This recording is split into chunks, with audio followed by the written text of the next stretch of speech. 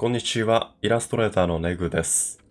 突然ですが、皆様はどちらの花の描き方が正解だと思いますか？なんと、絵の表現は自由ですから、正解はございません。ですが、表現に明確な目的がある場合、適切な回答も存在するはずです。この2つの絵を見比べてみましょう。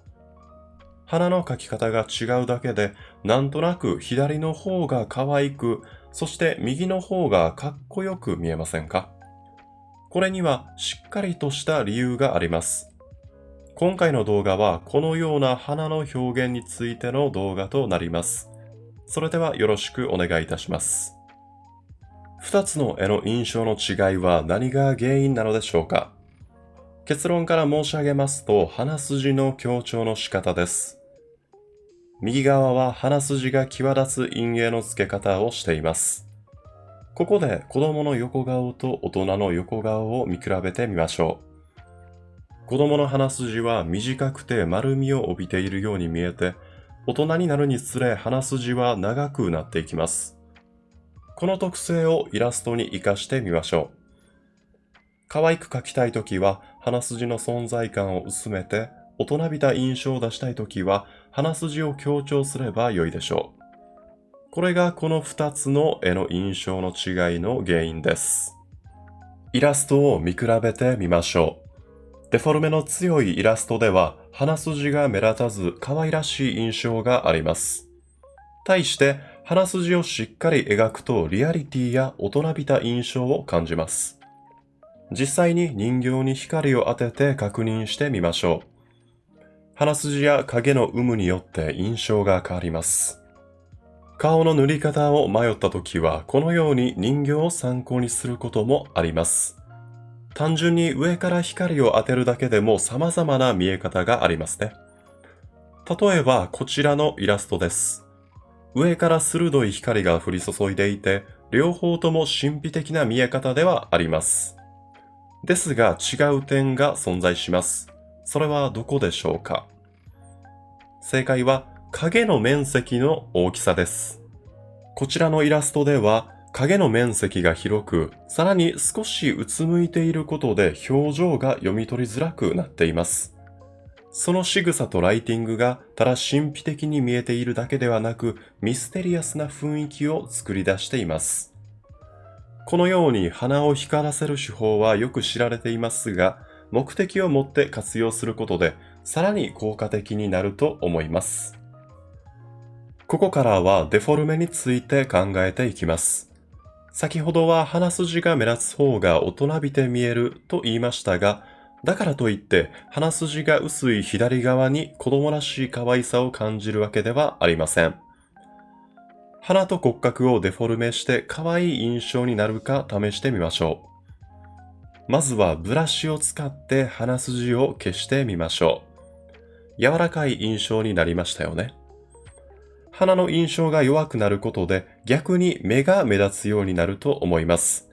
デフォルメの強いイラストほど目の描写が大事になってくるということですね。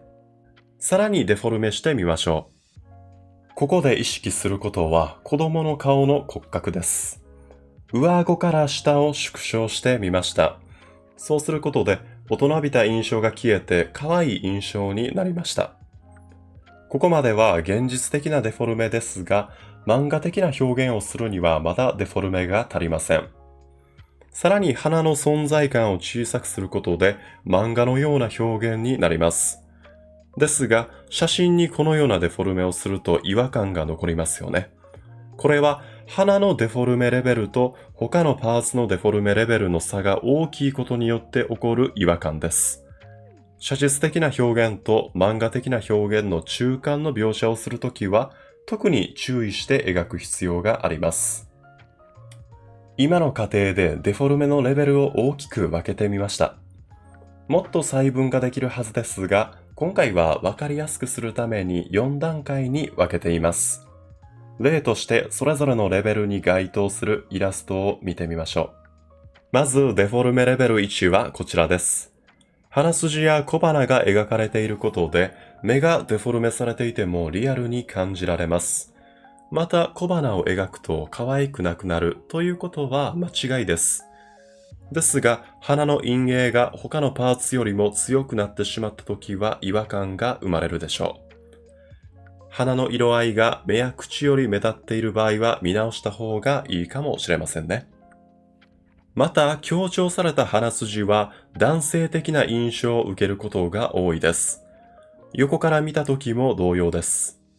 力強い男性キャラを描きたいときは、直線的な鼻筋や顎の骨格を意識するといいでしょう。男性を描くときは直線、女性を描くときは曲線を意識するというのは、鼻を描くときも同じです。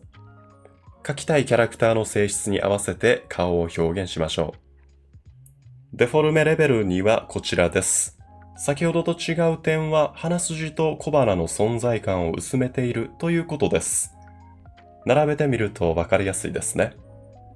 こうすると写実的なタッチで塗ったとしても漫画的な印象を感じることができます。注意すべきは鼻を小さく描いているわけではないということです。こちらは昔に視聴者の方が送ってくれたイラストです。現実と漫画の中間的な可愛いデフォルメを感じますね。ですが、鼻のリアルな描写に対して鼻の大きさが小さいこと、鼻のデフォルメレベルとその他のパーツのデフォルメレベルに差があることが改善点でした。先ほど申し上げた通り、顔の各パーツのデフォルメレベルの差異が違和感の原因になることはよく起こります。また、この縦長のハイライトが原因で鼻筋が強調されすぎているようにも見えますね。そこを修正するだけで大きく見え方が変わってくると思います。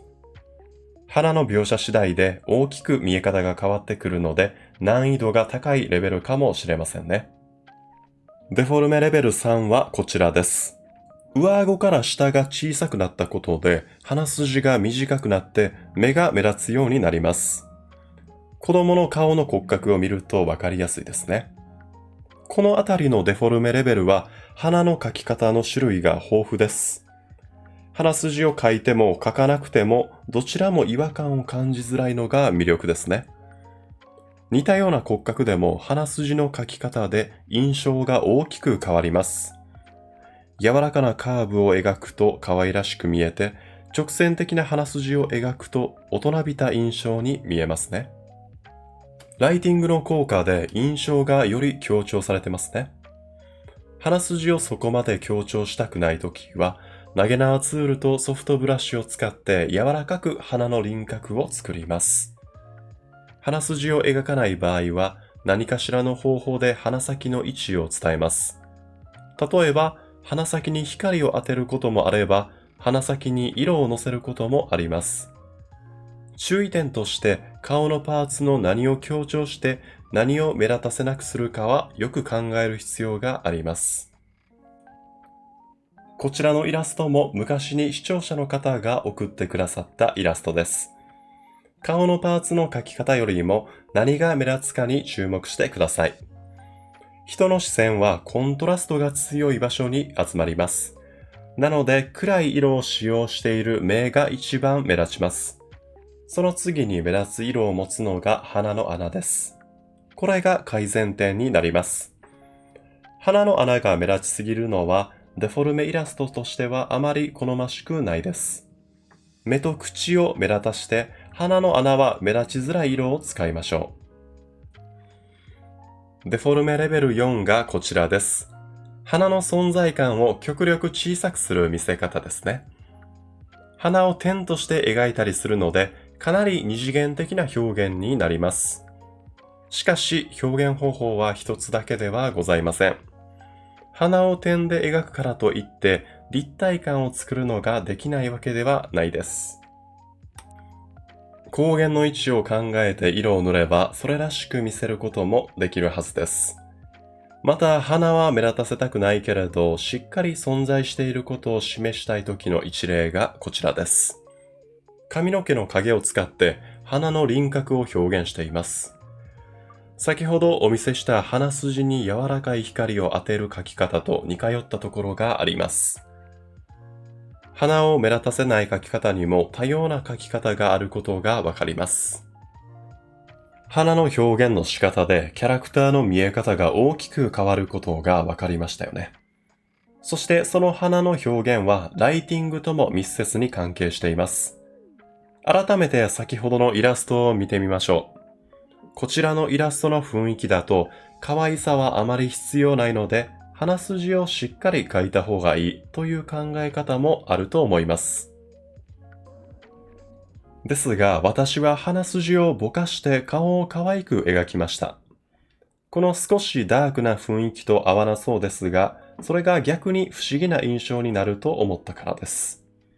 キャラクターをどのように見せたいのかを整理して顔を描いていくと、より説得力のある顔を描けるようになると思います。今回の動画は以上となります。それではご視聴ありがとうございました。